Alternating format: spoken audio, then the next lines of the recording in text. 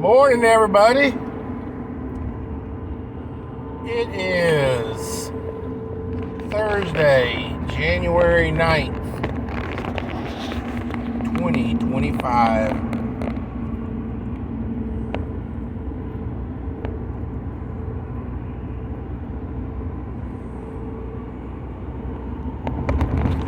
Want to go a little more in depth into my last podcast,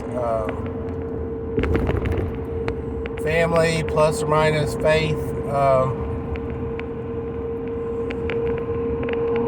I believe that,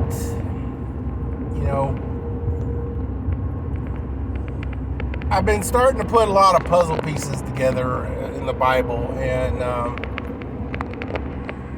God, in His infinite wisdom,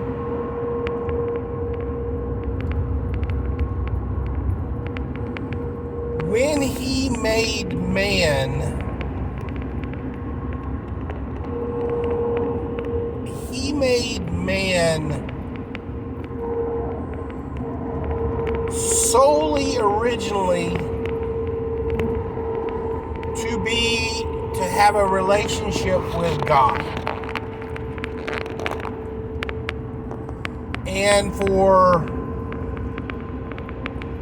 umpteen years in the Garden of Eden,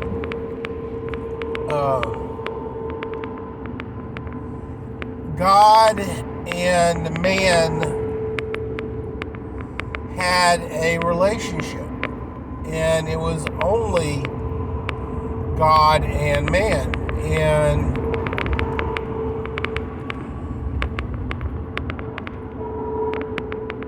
But God had, other places to be. He's God. He's God. He's got, all kind of other stuff to deal with. There's a lot of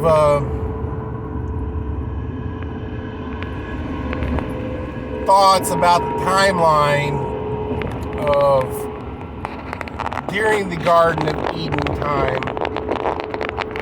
is when the war in heaven happened. Some things that happened during the Garden of Eden time, some things a little bit after the Garden of Eden time, but it's all in that time frame. So God had, his own house he was working on, so he couldn't be down in the garden all the time with Adam. But whenever it was recorded in the Bible that whenever it was the cool of the day, God would come down and commune with Adam. So but they eventually found that, God in His infinite wisdom, when He made the animals, He made them male, female to reproduce and populate the world. He gave them a way to, multiply, thrive, and stuff like that.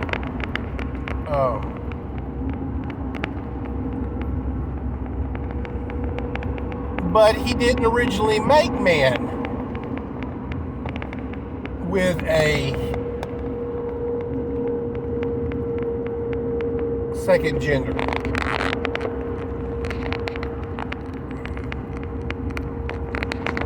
And so God found that, hey, Adam's lonely, he sees the animals, get to, get out there and make little animals and stuff like that. And well, Adam seems like, he can't find one of his own.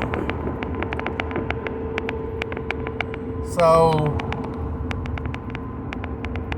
although Adam was complete, his heart was complete, really didn't know what he was missing. He just had an inner, clock that was saying that, hey, I need to be, I need one of my own. So, God made woman. And, God gave the institution of marriage.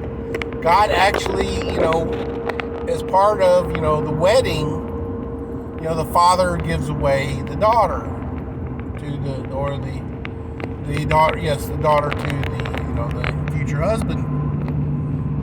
God himself gave Adam Eve. And because God, of course, is the father of Adam and Eve in literal form. He was their creator. So, God gave Adam Eve, and God, now Adam had a helpmate. He had, what his heart was missing. And God formed it as, it would be a relationship, husband, wife, and God. So,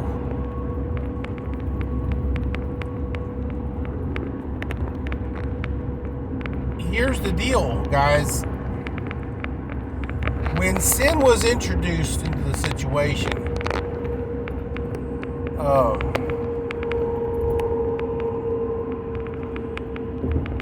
God punished both man and woman.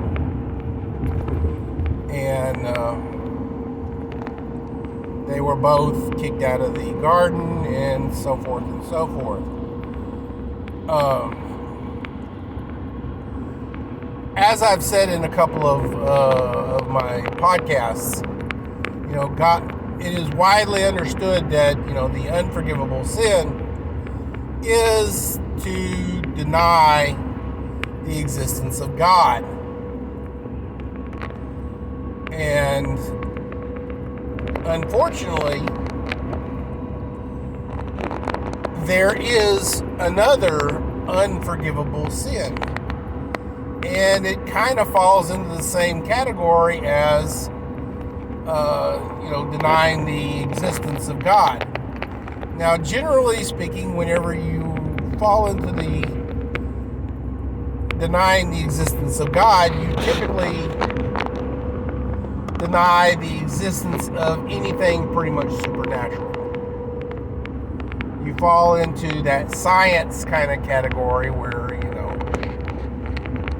you try to figure everything else out through science and stuff like that. You deny a supernatural God in this world. You also deny all things spiritual. You don't necessarily say, okay, well, there's no God, but there's a devil. I've got my nephew right now he doesn't believe in God, but he believes in karma.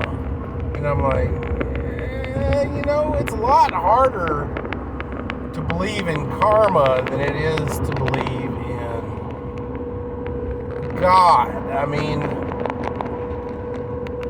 if you're going to believe in karma over God, then you find it probably also easier to believe that, the Force from Star Wars is probably a real thing.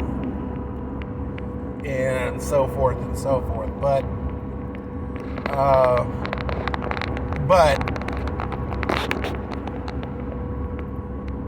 as such, he will probably fall into a very, very bad situation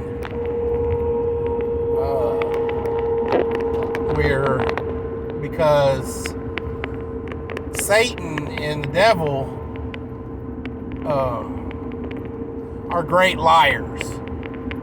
And they have worked very, very hard for a very, very long time to not only disguise and hide their existence, but to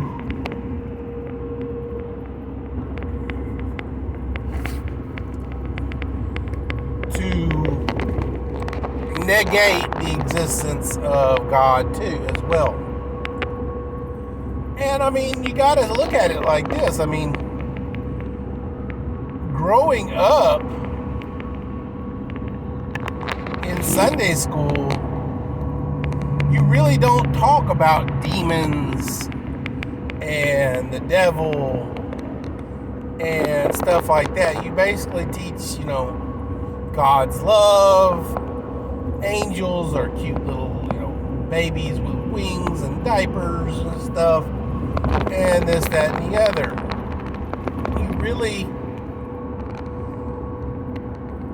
You don't teach, the negative. And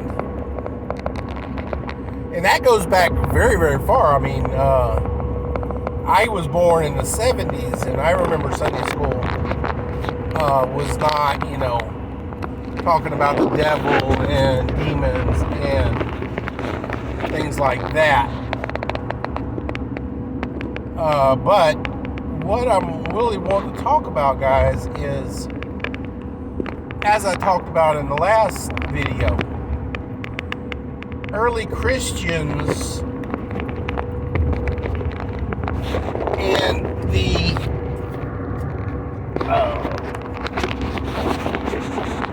early Christian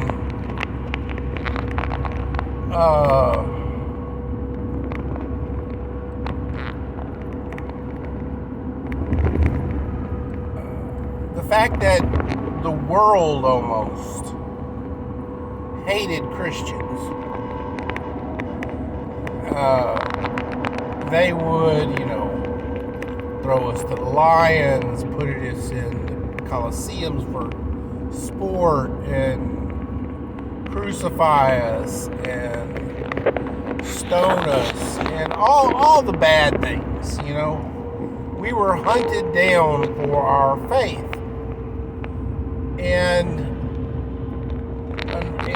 fortunately, though, you would think that this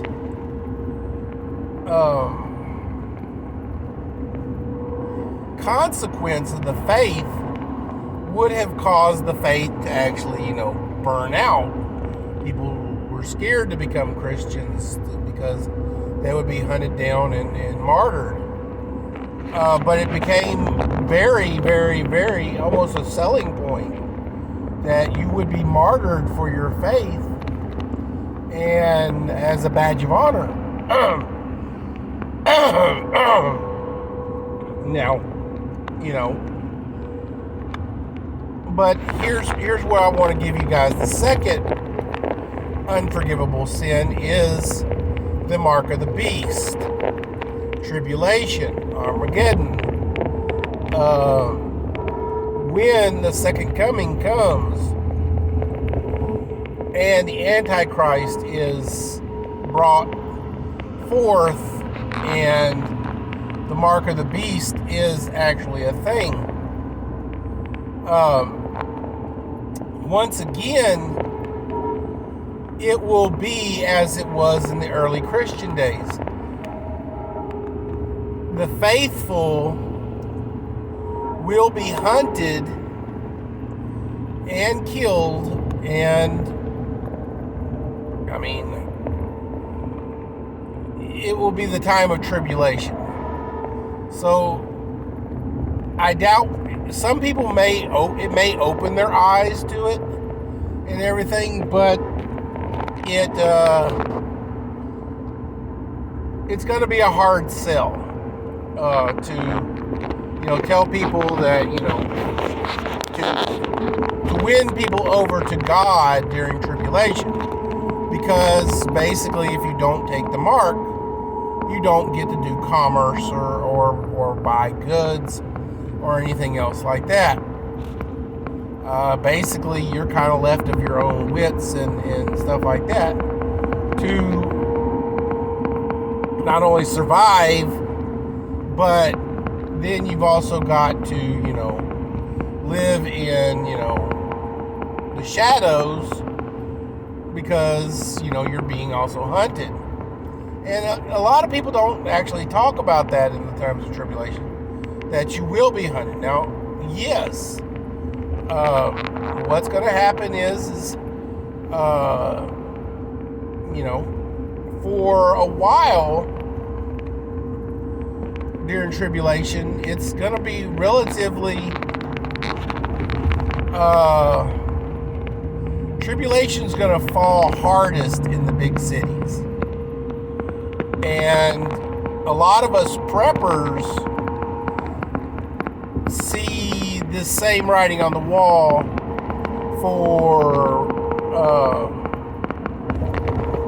global shutdowns, and stuff like that. And we have been preparing for these situations where, the supply chain shut down and stuff like that. So we've all kind of been preparing for this situation. But here's the deal. It's just like in our preparations is the mark of the beast will probably become almost like a gang symbol in a gang tat or something like that. And it's going to fall in hardest in the major cities. And, they will, because the gangs will, be able to do commerce and stuff like that. It'll become like the gangs, during Prohibition and stuff like that. Strong arming and stuff like that. But if,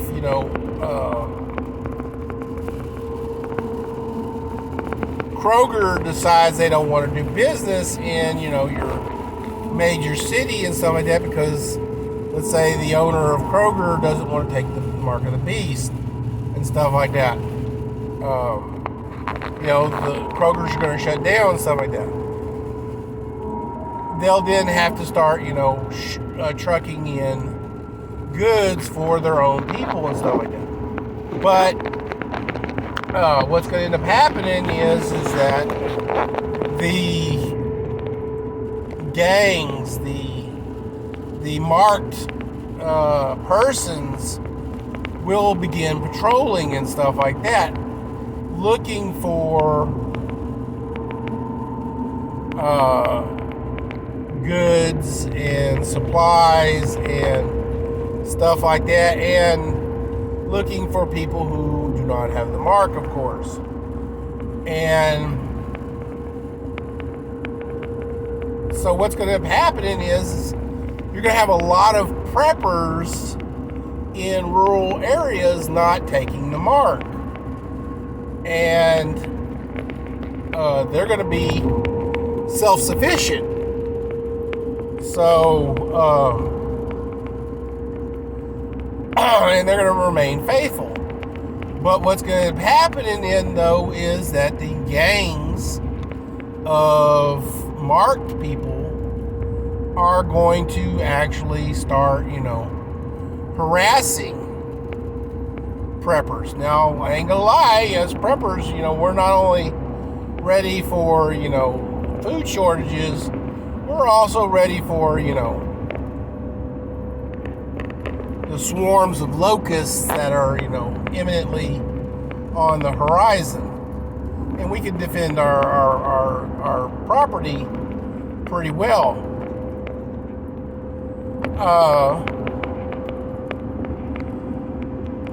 But what can happen is that you got the guys who are not quite as prepared, and basically you got gangs going to come in, and they're going to you either take the mark and start sharing your food and your supplies with the gangs, or we kill your family and stuff like that. So And whenever you take the mark, of course, your family's going to take the mark too. It's not going to be,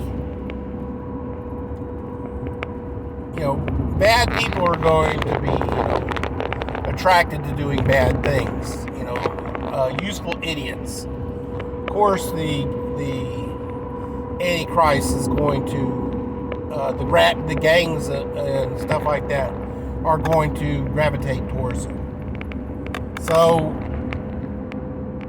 that's what the deal is going to be. Of course, it is tribulation, and a lot of things are going to happen, like locusts and stuff like that. So even us preppers are going to probably have issues with food and stuff like that.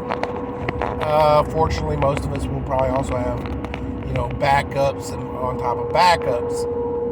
But, it is what it is. So,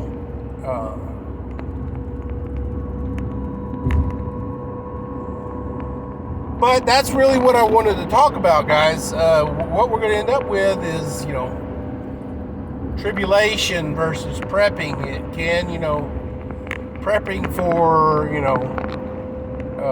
economic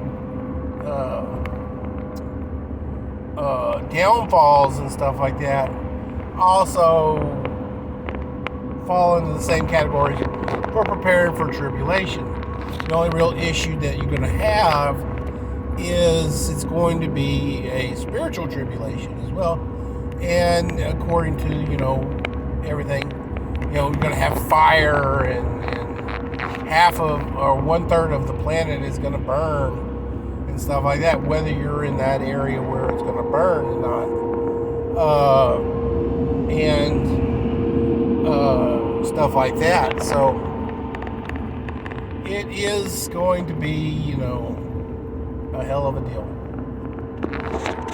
Let's go, Brandon.